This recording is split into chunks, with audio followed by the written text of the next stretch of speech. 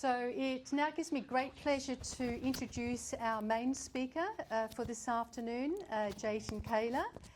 He will speak for about 20 minutes and then there'll be 10 minutes at the end for any questions that you might have. Jatin is an associate professor in atmospheric science at Murdoch University. His research interests are regional climate modelling, land-atmosphere interactions and extreme weather events. He was a lead author for the Intergovernmental Panel on Climate Change, known as the IPCC, you may have heard of, for the special report on 1.5 degrees global warming for Chapter 1 of the report.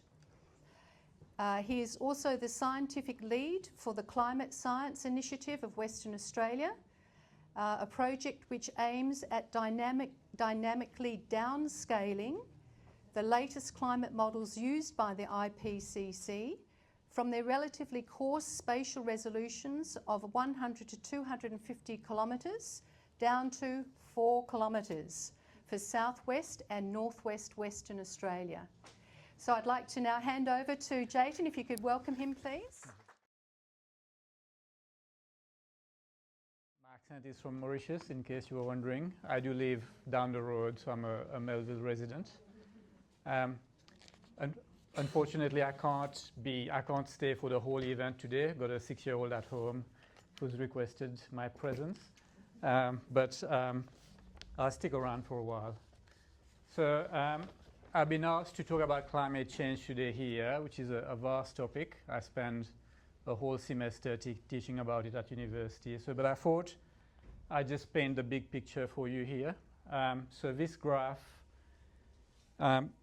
tells us how close we are to 1.5 degrees global warming. And it's from the Copernicus Center in Europe. They do a very good job at promoting science for the public good.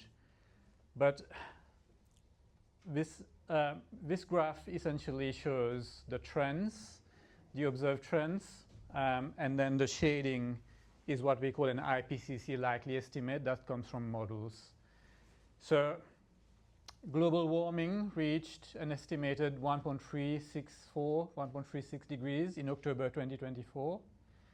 So if we assume a linear trend, right, if that warming trend continues, they reckon global warming of 1.5 degrees may well be reached as soon as June 2030, right? So that's a couple of years down the track. So this is quite alarming. Right, 2024, last year was kind of hot, not the good type of hot. And the significance of that is that 2024 is the first year to exceed 1.5 degrees above pre-industrial levels. Now, when a single year exceeds 1.5 degrees, that doesn't mean we have exceeded the 1.5 degree global warming limit, because we define that exceedance as it has to happen over at least 20 years.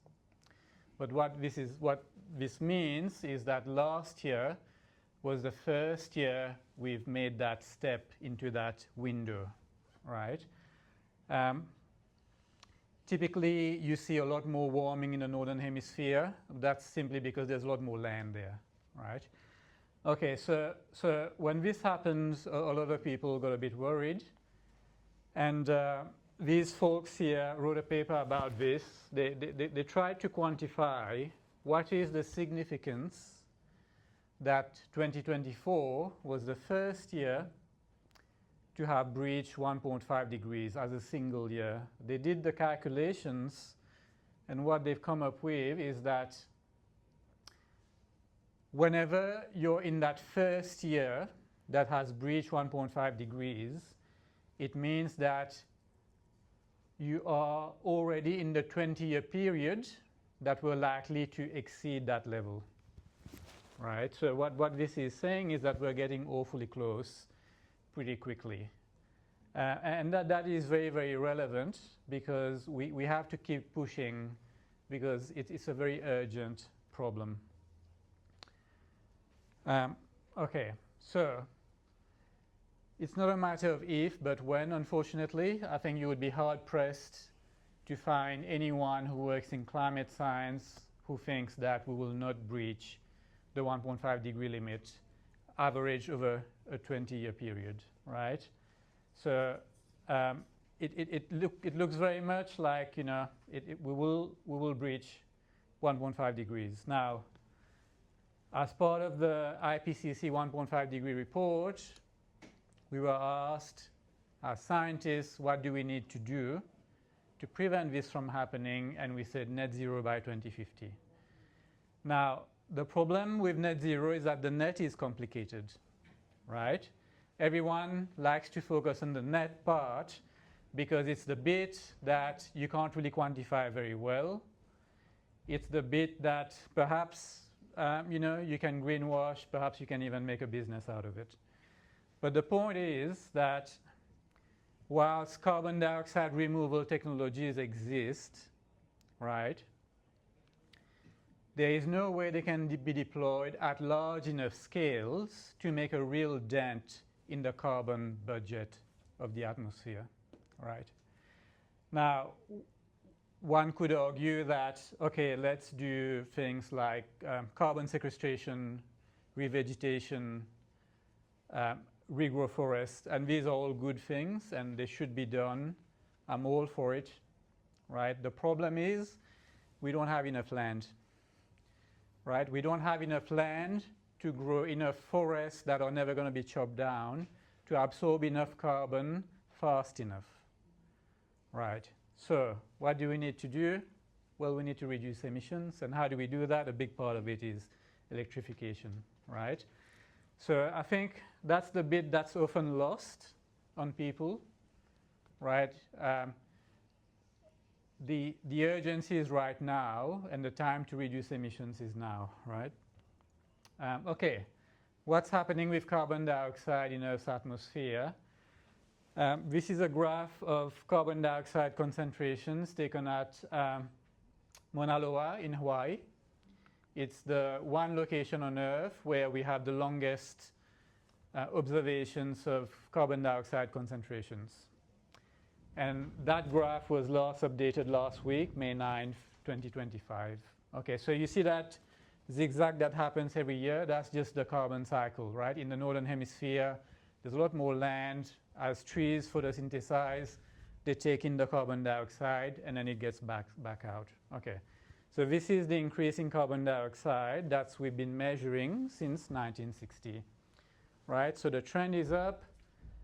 You might argue that, okay, the slope doesn't look that crazy, but it does, because if we go back to geological periods, right, so now that's going back 800,000 years in the past, of course, no one was measuring CO2 for us back then, so this comes from ice cores, right? And you can see that carbon dioxide levels have varied very widely over the past 800,000 years or so, right? So we have ice ages and whatnot. It goes up and down, but by far and large, it's been well below 300 parts per million. If you look at what's been happening just over the past 80 to 100 years, that increase I showed before is that line that goes vertically up, right? Right, so this is us. Whilst, you know, natural climate variability does exist, and we quantify that, this is us, right? So there's no doubt about it. Okay, who's emitting how much carbon dioxide? Okay, what's happening? So turns out there's a group called the Global Carbon Project. I'm not part of that group, but they do really excellent work. There's a fair few eminent scientists from Australia, from the CSIRO, who are part of this group. And what they do is every year they calculate the global carbon budget of the entire Earth. Right, not an easy task. So if you're interested in carbon emissions, I encourage you to look at this website. So let's have a look at carbon emissions globally. Okay, so this is global fossil carbon dioxide emissions from 1990 onwards. Right, you can see the COVID-19 blip there. Right, that's gone now. and the trajectory is still going up. Right. Now, what we also know is that as you put carbon dioxide in the atmosphere, it kind of stays there for a long time, right? Part of it goes into the terrestrial biosphere, so into plants, into the soil. A big chunk of it goes into the ocean, but less and less is going into the ocean, more and more is staying in the atmosphere. Now, that's just the total. Now, if we break this down in terms of the contribution of different countries, right, you will see that emissions from China have been increasing quite markedly since 2000. And the USA is trending down a bit. That's the gray line. EU, the blue line, trending down. India trending up. But and that is often used as it's not us, it's them. We shouldn't do anything. But that black line there is all others. Right? That's the rest of the world. Combined together, the emissions are very, very high. Right? So that logic, it's not us, it's China. It doesn't quite add up. Right? So the thing I tell my students is the atmosphere doesn't care where the carbon came from. It's a well-mixed system. You put it there, it stays there. Okay? Okay, so at the Global Carbon Project, this is their words, not mine. They've calculated what is the remaining carbon budget that we've got left. So how much more carbon can we put into the atmosphere? That's something they do. So as of January 2025, right, the budget for limiting global warming to 1.5 or 1.7 or 2 degrees, right, to limit global warming to these numbers, we can allow for emissions of 235, 585, 1,110 billion tons of CO2, right? That's how much carbon dioxide you can emit until you will definitely reach these levels of global warming. What does that mean? With today's levels of emissions, we have roughly 6, 14, and 27 years remaining for these thresholds. So that matches up perfectly with the Copernicus graph, right? They reckon we're going to reach 1.5 degrees sometime in 2030. These guys estimate the carbon budget. We have about 6 years worth of emissions left at current levels.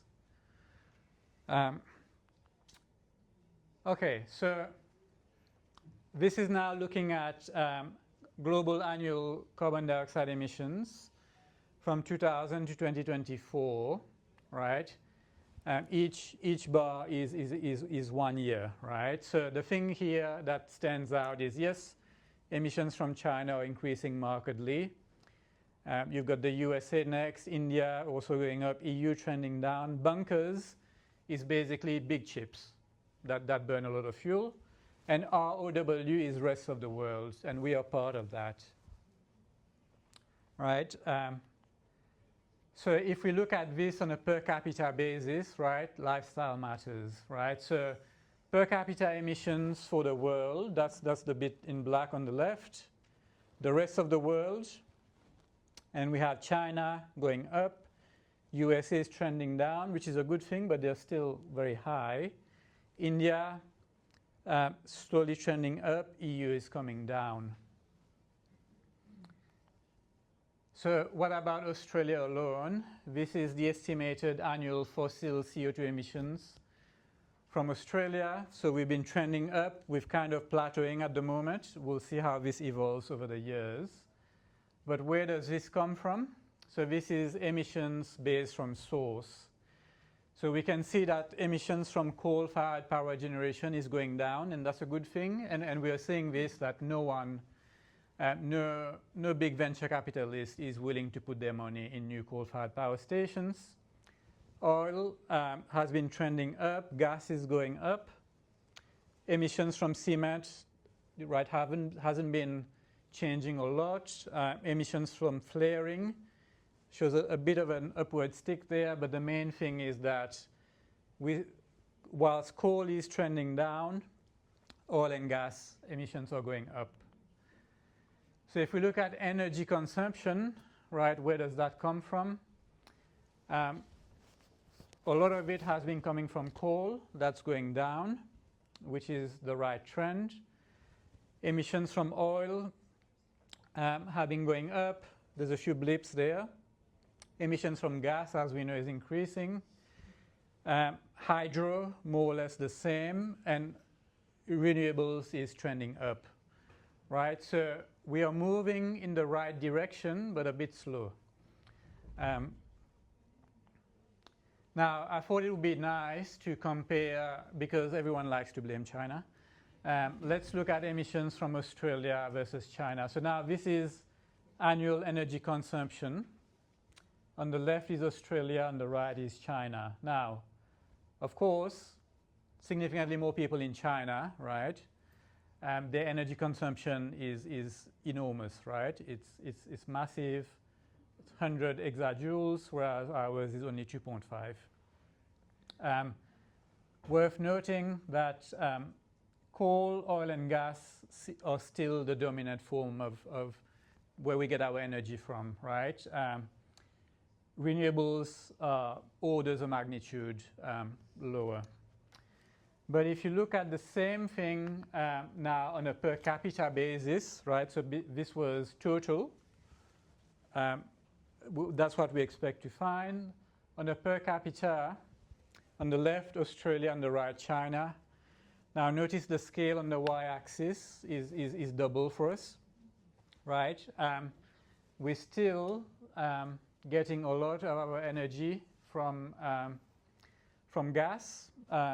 Coal is trending down. Oil is, there's quite a bit of variation there. If we look at what's happening in China, the bulk of it is still from coal, a lot coming from oil. They have picked up quite markedly since the year 2000. You can see that around 2010, their solar is starting to pick up, wind is starting to pick up. But that's the mix we are using at the moment, right? Also perhaps a bit scary if you look closely, the per capita energy consumption from coal, right, in China is about 60 gigajoules. If you look at coal is trending down now, we used to be we used to be more than 100. We're now at 60 as well, right? So, so these are scary figures, I guess, and not much more I can say about that. I wanted to that's the big picture we're dealing with at the moment. There's a project I'm leading with the Department of Water and Environmental Regulation that's called the Climate Science Initiative of Western Australia. And what that project is about better understanding how the climate of WA changes in the future. Now, to know how the climate will change, we need to use these global climate models.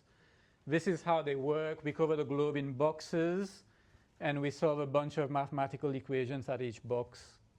The problem is that each of these boxes represents about 150 to 250 kilometers of the Earth. That's one box, right?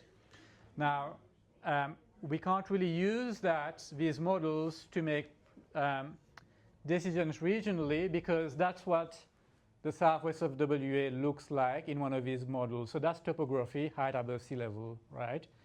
If I were to remove the coastline on this graph and remove the latitude and longitudes, you'd be hard-pressed to guess where this is, right? Whereas this is the topography we use in our regional model. You can see the Darling Scarp. You can see the valleys and whatnot. Similarly, this is what land use looks like in a global model, right? These are the models that the IPCC uses. In that model, really, there's two types of vegetation across the whole southwest. Whereas this is what we use in the model, and you can see the wheat belt, the forested regions in the very southwest part of the region, etc. So we're working very hard on that. Something else we're working very hard on is to try to better understand how land use change affects climate. So this picture was taken by Tom Lyons, who was my PhD supervisor back in the day. And this is across the wheat belt, the rabbit-proof fence, right? So you can see all the clouds over the native vegetation and no clouds over the agricultural region. And this is it's an albedo effect, like wearing a black shirt versus a white shirt on a hot day, right? You get a lot more vertical motion where it's dark. So we're trying to get a better handle on that as well. So sorry, I know it's a bit depressing, but that message just needs to be said over and over again. Yeah, it's never been clearer. The IPCC's work is not an opinion piece. And I guess eventually we all pay more for this, right? All of us. We pay more for this, whether, whether it's direct or indirect. Thank you.